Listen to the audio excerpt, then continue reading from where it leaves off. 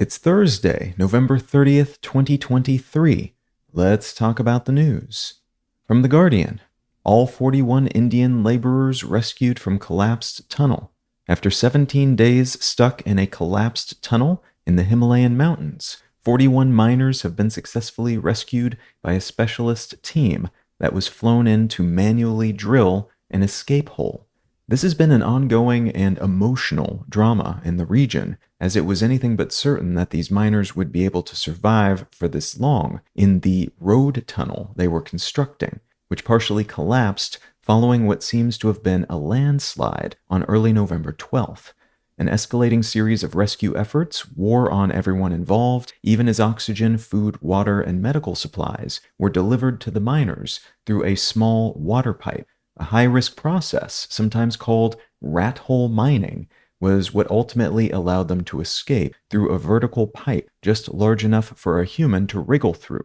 And there's been a lot of celebration throughout the region now that they've all been set free, though experts are now reassessing the tunnel project, which is part of a larger highway expansion plan, and which has already faced all sorts of criticisms from environmental and safety experts.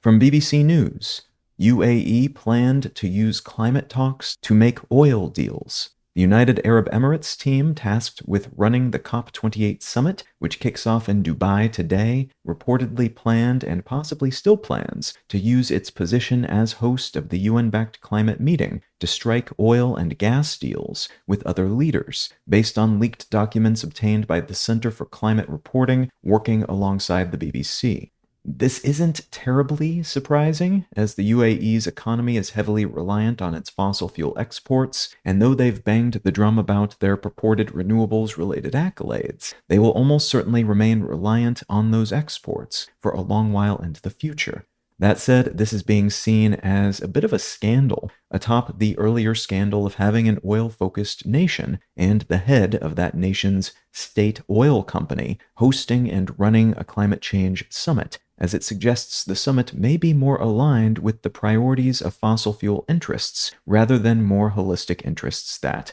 most climate experts agree, necessitate the rapid winding down of fossil fuel usage globally. And if you want to know more about that, I did a recent Let's Know Things episode on COP28.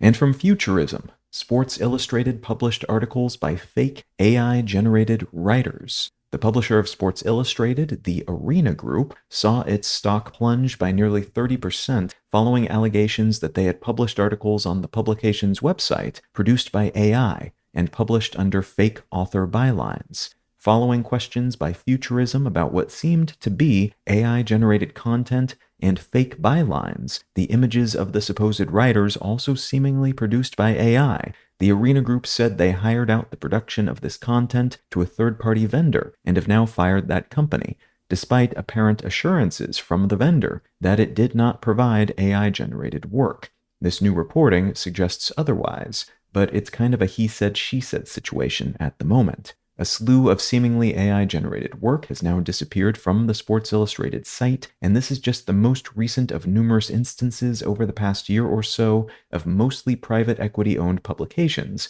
allegedly attempting to publish AI-generated work instead of work produced by human writers, likely in order to reduce their overhead, as it's a lot cheaper to use AI for these purposes than to pay human employees or freelancers. If you're finding some value in One Sentence News, consider leaving a quick review wherever you get your podcasts and or sharing the show with a friend. You can find out more about this show or subscribe to the email version at onesentencenews.com, and you can support this and other related projects like the Let's Know Things and Brain Lenses podcasts at understandery.com.